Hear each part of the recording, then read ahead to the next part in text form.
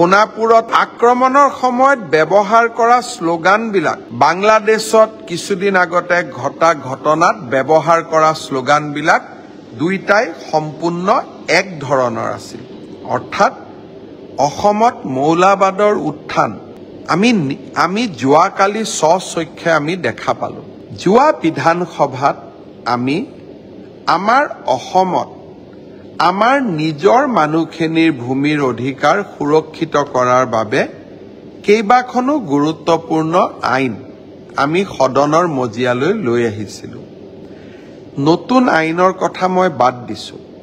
লোকপ্ৰিয় গোপীনাথ বৰদলৈ যেতিয়া অসমৰ মুখ্যমন্ত্ৰী আছিল, তেখেতে এটা সিদ্ধান্ত লৈছিলে যে ট্ৰাইবেল বেল্ট এণ্ড ব্লকত জনজাতি, শিডিউল কাষ্ট আৰু প্ৰটেক্টেড ক্লাছৰ লোকহে বাস কৰিব পাৰিব। প্ৰটেক্টেড ক্লাছ কোন কোন তাৰ এখন ডাঙৰ তালিকা আছে।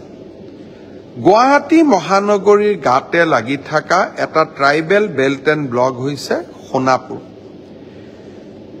দৰং আৰু মৰিগাঁৱৰ চৰ অঞ্চলৰ পৰা যোৱা কিছুদিন ধৰি এই সোণাপুৰ অঞ্চললৈ জনস্ৰোত বৈছিলে। জাগিৰোড, লাহৰীঘাট, দৰঙৰ পৰা প্ৰায় 10,000 লোক সোণাপুৰত আহি ঘৰ বনোৱা আৰম্ভ কৰিছিলে। আৰু এই গোটেই এৰিয়াটো ট্ৰাইবেল বেল্ট এণ্ড ব্লক। ইয়াৰ ফলত আমাৰ দুটা ক্ষতি হয়।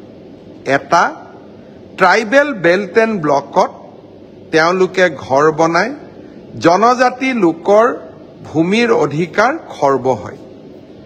আৰু দ্বিতীয় আমাৰ ক্ষতি ক'ত হয়? এই যে 10,000 সন্দেহযুক্ত লোক সোণাপুৰ ডিমৰীয়ালৈ আহিলে, তেওঁলোক এতিয়াতো সোণাপুৰৰ ভোটাৰ হ'ব আৰু সোণাপুৰৰ ৰাজনৈতিক মানচিত্ৰত তেওঁলোকে প্ৰভাৱ পেলাব। এনেকৈ অসমৰ এটা এটাকৈ সমষ্টি আমাৰ ৰাজনৈতিক ভাগ্য নিয়ন্ত্ৰাৰ ৰূপত এছাম লোক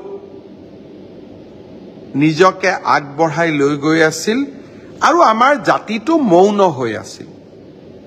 সোণাপুৰৰ ট্ৰাইবেল বেল্ট এণ্ড ব্লক দিছপুৰৰ গাতে লাগি থকা, তাক উচ্ছেদৰ বাবে কোনেও পৰিকল্পনা কৰা নাছিল। যোৱা 7 দিন ধৰি আমি সোণাপুৰৰ ট্ৰাইবেল বেল্ট এণ্ড ব্লকৰ পৰা নন প্ৰটেক্টেড ক্লাছৰ লোকসকলক উচ্ছেদ কৰাৰ ব্যৱস্থা হাতত লৈছিলোঁ। আৰু মানুহবোৰ আঁতৰিও গৈছিলে। কোনোবা দৰঙলৈ গৈছিলে, কোনোবা মৰিগাঁৱলৈকে গৈছিলে, বিভিন্ন স্থানত তেওঁলোক গুচি গৈছিলে। যোৱাকালি কংগ্ৰেছ দলৰ নেতাসকলে তেওঁলোকক উৎসাহ যোগোৱা আৰম্ভ কৰিলে। ট্ৰাইবেল বেল্ট এণ্ড ব্লক বিজেপিয়ে বনোৱা নাই, কংগ্ৰেছেই বনাইছিলে। আৰু এতিয়া কংগ্ৰেছৰ নেতাসকলে আমাক প্ৰশ্ন কৰা আৰম্ভ কৰিলে যে আপোনালোকে উচ্ছেদ কিয় কৰিছে? হাৰে, ট্ৰাইবেল বেল্ট এণ্ড ব্লকক যদি কোনোবাই দখল কৰে আৰু তেওঁ যদি প্ৰটেক্টেড ক্লাছৰ ভিতৰত নপৰে, চৰকাৰেতো উচ্ছেদ কৰিবই লাগিব। উচ্ছেদ আগবাঢ়ি গ'ল। কংগ্ৰেছ দলে সাংবাদিক মেল পাতিলে। উচ্ছেদৰ সিংহভাগ কাম হৈ যোৱাৰ বাবে আৰক্ষী কিছু তাৰ পৰা আঁতৰি আহিছিলে।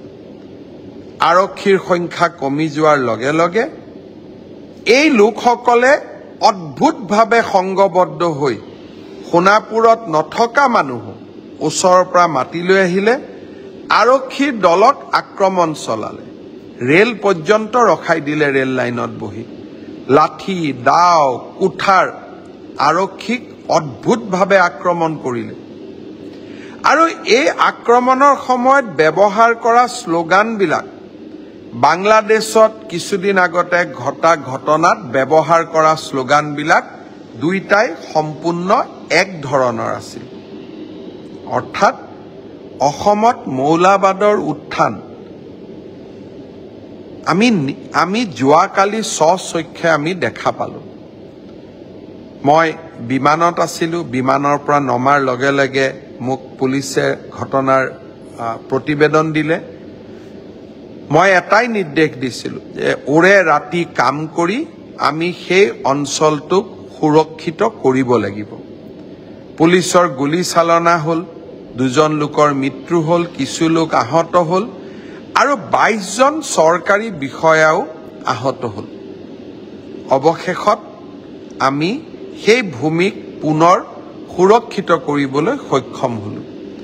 সোণাপুৰৰ ট্ৰাইবেল বেল্ট এণ্ড ব্লকৰ পৰা আমি পৰ্যায়ক্ৰমে আমি যাক অনাকাংক্ষিত লোকসকলক আমি এভিকশ্যন কৰিম।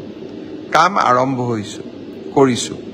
কংগ্ৰেছ দলে উচতাই নিদিলে আমাৰ জাতি সুৰক্ষিত হ'ব। কংগ্ৰেছ দলক এটাও ভোট দিয়া মানে আমাৰ জাতিটোৰ ভৱিষ্যতত আমি নিজেই আমাৰ কফিনত গজাল মৰা ধৰণৰ অৱস্থা হয়। তাক যোৱাকালি সোণাপুৰৰ ঘটনাই আকৌ এবাৰ আমাক মৰ্মে মৰ্মে উপলব্ধি কৰোৱালে।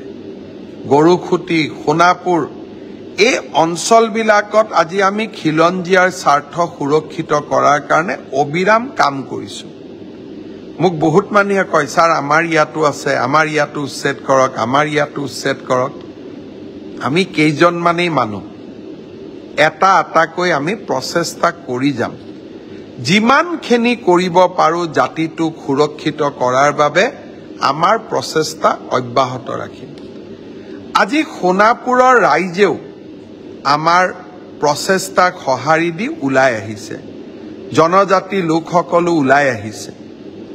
মই ভাবোঁ যে জনতাই যেতিয়া চৰকাৰক সম্পূৰ্ণ সমৰ্থন দিয়ে, চৰকাৰেও আৰু অধিক সাহসেৰে কাম কৰিবলৈ আগবাঢ়ি যায়।